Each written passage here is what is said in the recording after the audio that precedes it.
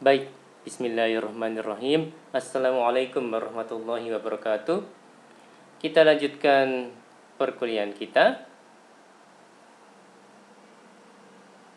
Ya, topik pada perkuliahan kali ini adalah analisis pendapatan nasional dalam perekonomian 3 sektor.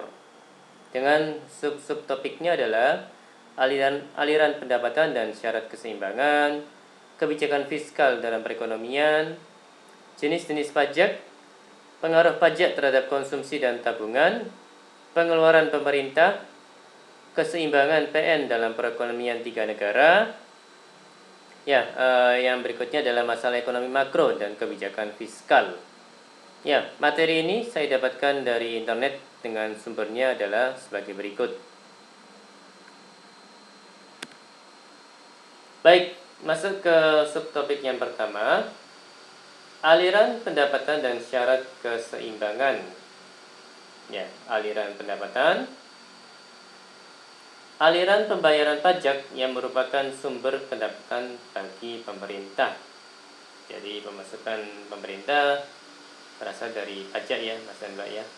Dan yang berikutnya, aliran dari sektor pemerintah ke sektor perusahaan.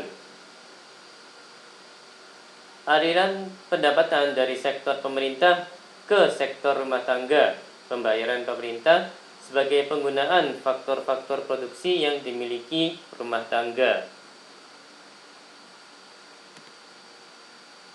Syarat keseimbangan, jenis permintaan dan pengeluaran agregat meliputi konsumsi rumah tangga, investasi perusahaan, dan pengeluaran pemerintah untuk membeli barang dan jasa. Jadi, keseimbangan perekonomian 3 sektor, jadi ada government ya, jadi ada pemerintah dalam hal ini. Penawaran agregat sama dengan permintaan agregat. Y sama dengan C ditambah I tambah G gitu ya. Ya, kalau saya tidak salah, yaitu pendapatan ya, pendapatan negara atau GDP ya. Sama dengan C itu consumption, konsumsi. Kemudian I adalah investment, investasi, dan G adalah government expenditure ya, jadi pengeluaran pemerintah. Seperti itu Mas dan Mbak.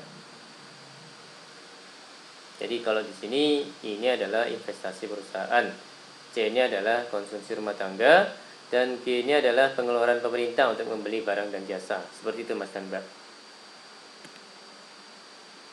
Oke. Kegiatan produksi yang dilakukan perusahaan akan mewujudkan aliran pendapatan ke rumah tangga dalam bentuk gaji, upah, sewa, bunga, dan keuntungan. Aliran ini sama nilainya dengan pendapatan nasional. Ya, pendapatan nasional digunakan untuk membiayai C, S, dan T. Jadi C-nya itu consumption, S-nya itu save, tabungan, dan T tax. T itu tax, yaitu pajak ya. Kalau saya tidak salah seperti itu Mas dan Mbak. Terus kita persamaan sebagai berikut. Y sama dengan C tambah S tambah T. Seperti itu ya Mas dan Mbak ya.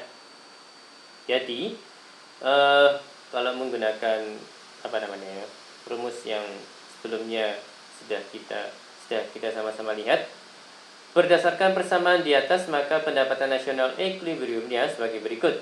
Jadi sama-sama Y, C plus I plus G sama dengan C plus S plus T, atau I tambah G sama dengan S tambah T. Jadi C-nya dicoret ya Mas dan Mbak ya, karena muncul di dua di sisi kanan dan di sisi kiri, jadi muncul di dua sisi. Jadi didapatkan I tambah G sama dengan S tambah T. Seperti itu Mas dan Mbak. Jadi dalam perekonomian 3 sektor, I dan G disebut suntikan, dan S dan T disebut bocoran. Dengan demikian, untuk mencapai equilibrium berlaku Y sama dengan C plus I plus G, dan I tambah G sama dengan S tambah T. Seperti itu Mas dan Mbak ya. Oke, masuk ke kebijakan fiskal dalam perekonomian. volume transaksi yang dilakukan pemerintah di kebanyakan negara cenderung untuk meningkat lebih cepat daripada kenaikan pendapatan nasionalnya. Kebijakan fiskal merupakan tindakan yang diambil pemerintah dalam bidang anggaran belanja. Anggaran pendapatan dan belanja negara (APBN) terdiri dari penerimaan dari pungutan pajak dan pengeluaran berupa government expenditure dan government transfer.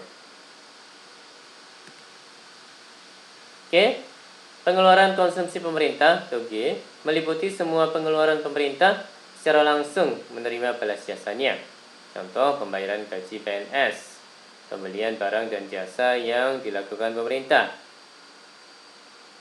Ada poin lain, transfer pemerintah (TR) merupakan pengeluaran konsumsi pemerintah di mana pemerintah tidak menerima balas jasa secara langsung.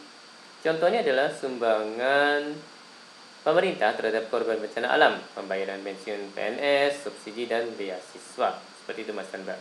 Ini masuk di government expenditure kalau saya tidak salah. 2 poin ini. Oke, masuk ke jenis-jenis pajak. Pungutan pajak dari rumah tangga dan perusahaan digunakan untuk membiayai pengeluaran pemerintah. Jadi ada pajak langsung, jenis pungutan pemerintah secara langsung dikumpulkan dari wajib pajak, dan pajak tak langsung.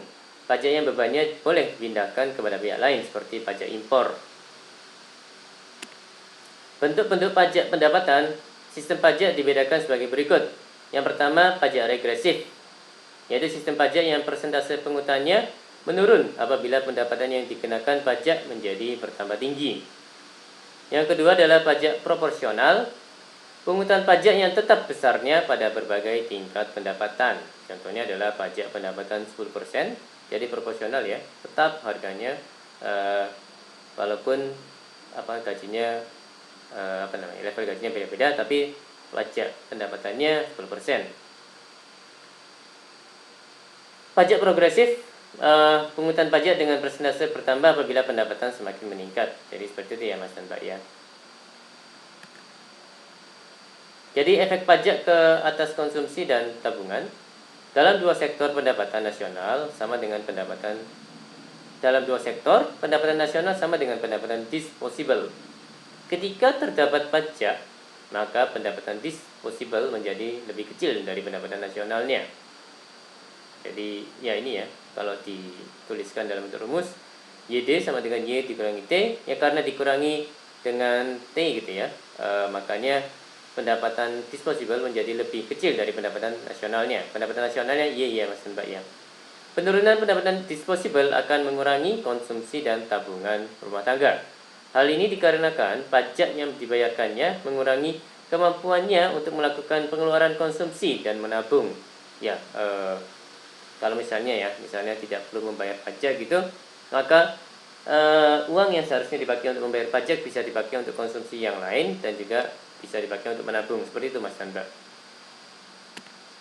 Oke, analisis pengaruh pajak terhadap konsumsi dan tabungan dibedakan sebagai berikut. Pengaruh pajak tetap ke atas pengeluaran konsumsi dan tabungan. Pengaruh pajak proporsional ke atas pengeluaran konsumsi dan tabungan. Ya, perhitungan yang menunjukkan hubungan antara pajak, konsumsi, dan tabungan ditunjukkan seperti halaman 156 sampai 160 di bukunya Sadono Sukirno, ya Mas dan Mbak ya. Oke, masuk ke pembahasan kecenderungan mengkonsumsi dan menabung. Kecenderungan mengkonsumsi marginal MPC adalah rasio di antara pertambahan konsumsi dengan pertambahan pendapatan disposable. Jadi MPC sama dengan delta C, ya pertambahan konsumsi atau selisih konsumsi ya, dibagi dengan delta YD, jadi selisih pendapatan disposable. Kemudian MPCY adalah rasio di antara pertambahan konsumsi dengan pertambahan pendapatan nasional. Ya, rumusnya MPCY sama dengan delta C dibagi dengan delta Y.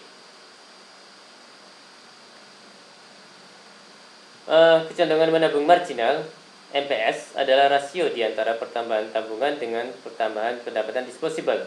Jadi MPS sama dengan delta S dibagi dengan delta YD. MPSY adalah rasio di antara pertambahan tabungan dengan pertambahan pendapatan nasional. MPSY sama dengan delta S dibagi dengan delta YD. Dan MPSY sama dengan 1 dikurangi B dikalikan dengan 1 dikurangi T. Seperti itu Mas dan Mbak.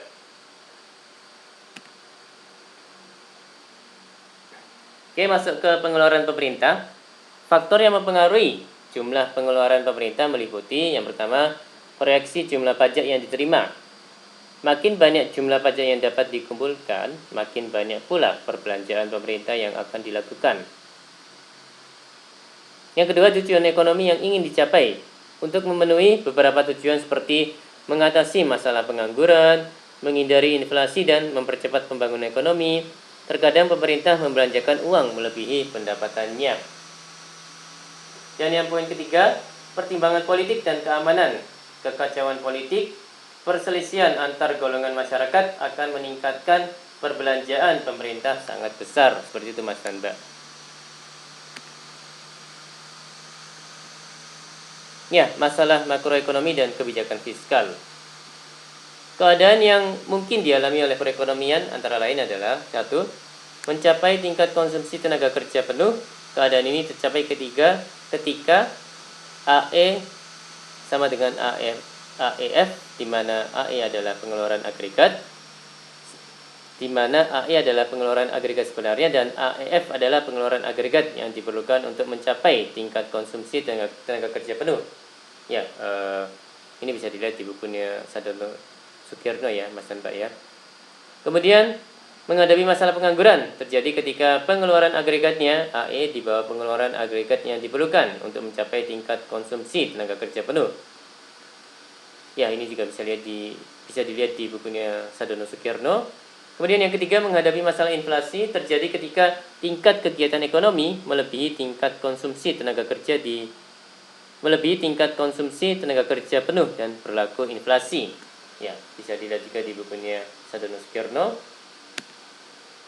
Baik, ini ada beberapa latihan ya. Ada latihan 1, latihan 2, dan latihan 3. Dipersilakan jika ingin tertarik untuk mengerjakannya. Baik, demikian dari saya. Mohon maaf kalau ada kata-kata yang salah. Terima kasih atas perhatiannya.